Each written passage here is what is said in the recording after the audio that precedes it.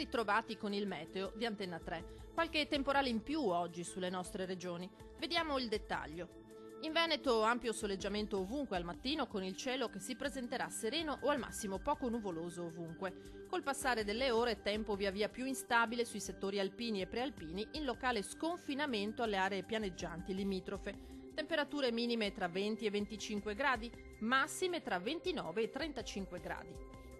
Spostiamoci ora a vedere la situazione del Friuli Venezia Giulia.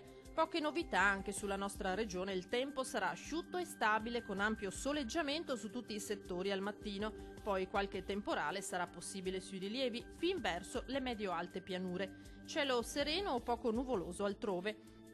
Temperature minime tra 20 e 23 gradi, massime tra 31 e 34 gradi. Infine la situazione meteorologica del Trentino Alto Adige. Al mattino sarà instabile con qualche piovasco solamente sui settori alpini di confine, più asciutto e soleggiato invece altrove. Col passare delle ore peggiorerà ovunque con temporali in estensione un po' a tutta la regione. Temperature minime intorno ai 19 gradi, massime comprese tra 30 e 32 gradi.